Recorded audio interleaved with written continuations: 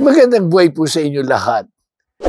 Akala nyo tapos na ang Christmas season, ano po? Hindi pa po. Ang Christmas season po ay natatapos sa araw na ito ng pagbibinyag sa ating Panginoon ni San Juan Bautista. Sapagkat ang Christmas season po ay nagtatapos sa pagdiriwang ng Epiphany, kung tawagin. At ang Epiphany ay ang pagpapakilala o pagbubunyag ng Diyos ng kanyang kaluwalhatian, ng kanyang sarili sa pamagitan ng ating Panginoong Jesucristo.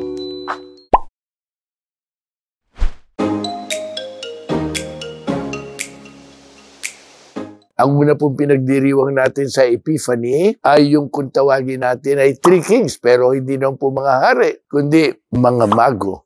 Ito po mga magong ito ay mga mapag-aral na mga tao. At madalas po pinag-aaralan nila kung ano ang kahulugan ng mga bituin sa langit.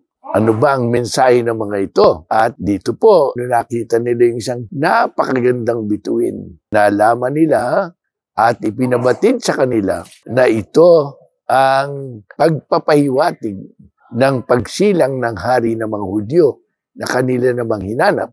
At ito pong pagpapakilala sa mga mago na galing sa silanganan. Ito po ay tanda ng pagtawag sa mga hindi Hudyo. Hindi lamang ang mga Hudyo ang tinawag. Bagamat totoo, salvation is from the Jews. Ang kaligtasan ay mula sa mga Hudyo.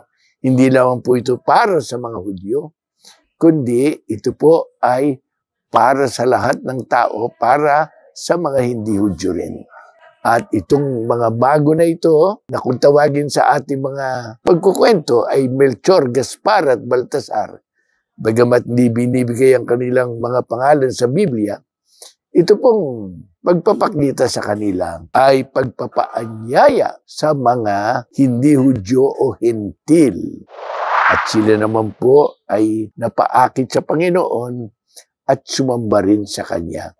Yan ang pagtuturo ni San Mateo sa atin na ang ating Panginoon ay tumatawag sa lahat na lumapit at sumampalataya sa Kanya.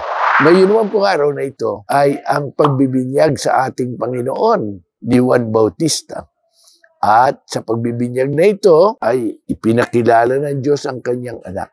Sabi ng Diyos kay Kristo, "You are my son." Sa Ebanghelyo ni San Mateo, ang sabi ng Panginoon, "This is my son." Pinakikilala po sa atin si Kristo na anak ng Diyos. Siya po ay Mesiyas, ngunit hindi lamang Mesiyas, kundi isinilang na anak ng Diyos, natural na anak ng Diyos, na isinugo para tayo po ay iligtas. At ang ikatlo naman pong pangyayari na hindi natin inaalaala sa Christmas season na ito ay yung wedding at Cana, yung kasalan sa Cana. At doon sinasabi na ginawa ng Panginoon ang kanyang unang himala at ipinakilala niya ang kanyang kaluwalhatian at ang kaluwalhatian ng Diyos. Kilalanin po natin ang Diyos hindi lamang sa mga kababalaghang nakikita natin. Kilalanin natin siya sa mga bata na katulad na batang si Jesus, sa mga mahihina na katulad na batang si Jesus. Kilalanin natin siya sa mga mangangaral ng simbahan na katulad ni Jesus na nagpasimula ng kanyang misyon sa pangpubliko sa pamagitan ng pagbibinyag sa kanya. Siya po ay sinusundan ng mga ibang mga mangangaral natin lahat na naghahayag ng magandang balita. Ngunit kilalanin din natin si Jesus sa mga pangyayaring kamangha-mangha sa buhay na napakarami kung meron lang tayong mata nakikilala sa mga ito. Kanya, pagkatapos po ng araw na ito, mga ninong, mga ninang, makalilitaw na kayo. Tapos na ang Christmas season. Hindi na kayo hahabulin ng inyong mga inaanak. Pero, hari nawa, kayo ay magtamasa ng isang napakagandang bagong taon at kilalanin nating lahat ang Panginoon. Huwag niyong kalilimutan mag-subscribe sa ating YouTube channel, Friends of the Divine Mercy Foundation.